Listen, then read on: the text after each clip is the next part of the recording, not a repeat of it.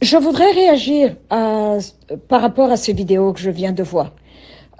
C'est les vidéos dont je suis en train de parler expliquent, c'est des témoignages ou des interviews de citoyens katangais, hommes et femmes katangais, qui ont été malmenés, qui ont été torturés émotionnellement, mentalement et certains physiquement par les forces de l'ANR. C'est des personnes qui ont été violentées. Il y a eu de graves violations de droits humains. Il y a eu violation de droits spirituels et il y a eu des actes abominables qui ont eu lieu. De quoi est-ce que je parle?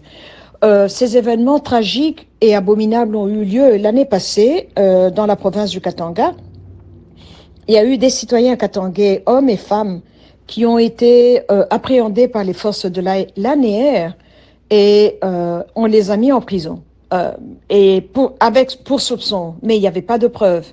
On n'a rien trouvé, mais certains d'entre eux sont encore en prison jusqu'à présent. Et qui n'est pas normal de garder des personnes emprisonnées pour une période aussi longue. Et il n'y a pas eu d'accusation officielle faite contre ces personnes-là, je veux dire. Mais le pire, c'est que j'ai entendu ce témoignage de cette maman qui expliquait comment ils sont venus, ils les ont emmenés au bureau de l'ANR, on les a déshabillés complètement, totalement. Elle est une maman et elle a été déshabillée devant ses enfants, hommes, masculins et féminins. Tout le groupe qui était avec elle, ils étaient une trentaine de personnes. Ils ont été déshabillés. On les a fait asseoir par terre. Et les agents de l'ANR prenaient des photos. Leur nudité a été exposée, ce qui est très grave. Je ne vois pas qu'est-ce que ça a à voir. Si on se bat pour l'unité, la soi-disant unité de la République démocratique du Congo. Je ne vois pas pourquoi on doit déshabiller les gens. Mais pire, on a forcé un frère à s'accoupler avec sa sœur. Et les gens regardaient et prenaient des photos. Et ça, c'est abominable. Ça, c'est des actes qui souillent la terre. Je ne sais pas d'où ces agents-là viennent, mais nous, au Katanga, on ne se comporte pas comme ça. La nudité de ta mère, tu respectes, tu ne la regardes pas. Or, les mamans ont été exposées, les papas ont été exposés.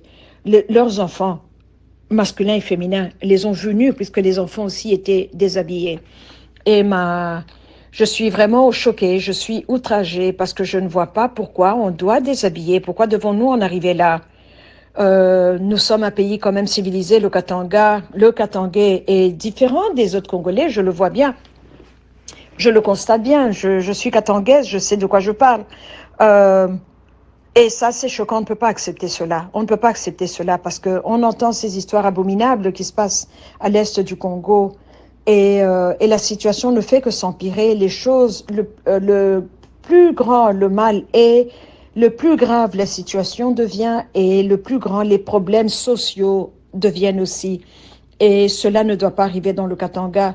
Je prie avec les gens de l'Est, je prie, j'intercède pour eux, mais pour ceux qui est du Katanga, nous ne pouvons pas accepter que l'ANR vienne traiter des Katangais de cette manière-là, sur le sol katangais, juste sur une base de soupçons. Même s'ils avaient été, il s'avérait on avait pu prouver qu'ils étaient des Katakatanga, comme on les appelle. Le mot Katakatanga n'est pas honteux en soi. Beaucoup de Katangais veulent l'indépendance, demandent l'indépendance.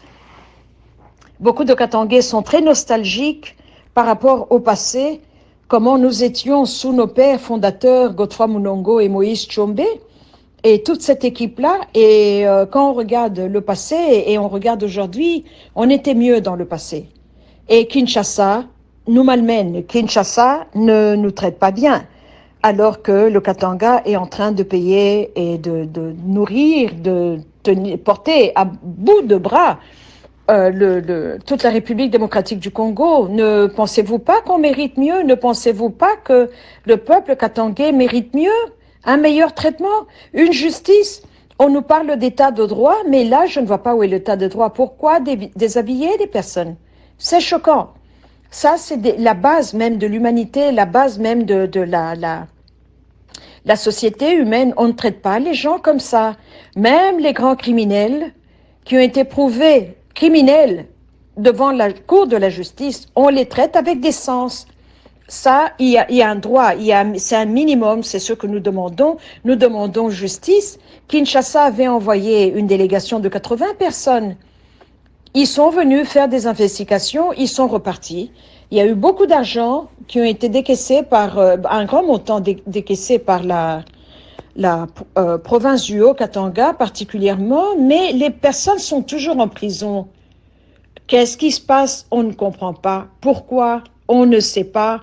Et on tourne en rond. Et ces personnes-là sont toujours captives et nous demandons nos droits, nous demandons la justice, nous demandons cet état de droit.